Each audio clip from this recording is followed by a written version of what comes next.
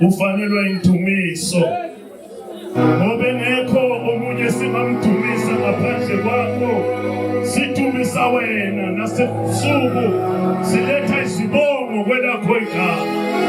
Sithi phakama uNkulunkulu wethu ongcwele, phakama dwala lethu elimileyo. Bekunguwe izolo, uwe namuhla naphakade, umile uNkulunkulu. Siyabonga nasebusuku ubukhona bakho kule ndawo.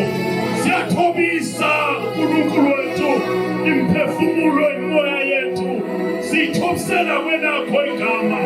Sithi phinda uphakame kule ndawo. Izitha zakho uNkulunkulu wethu ongcwele ziguqa phambi kwakho. Amadolo onke aguqa, ilimi zivume ukuba nembala uyinkosi. Siyabonga nakusiza inkosi. You are worthy to be praised.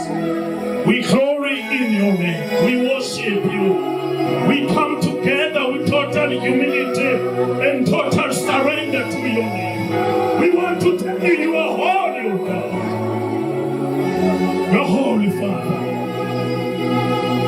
Mose lithi iBhayibheli wabonakala esihlahleni. uMose lusizimvu sikaJethro umkho wakhe. Lithi iBhayibheli wathi uyahamba uMose ekseni wabona isihlahla siyavutha.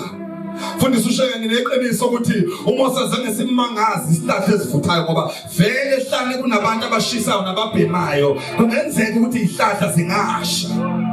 Kodwa lithi iBhayibheli into eyamangaza uMose bazalwane bami, lithi iBhayibheli wasiya ekseni isihlahla sivutha.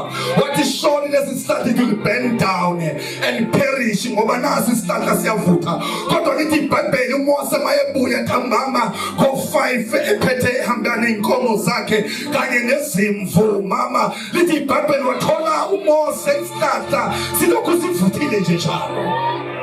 uMose waqala wamangala wathi kudala ngiyibona izihlahla ezishayo. Esinjani lesisishayo kodwa singapheli.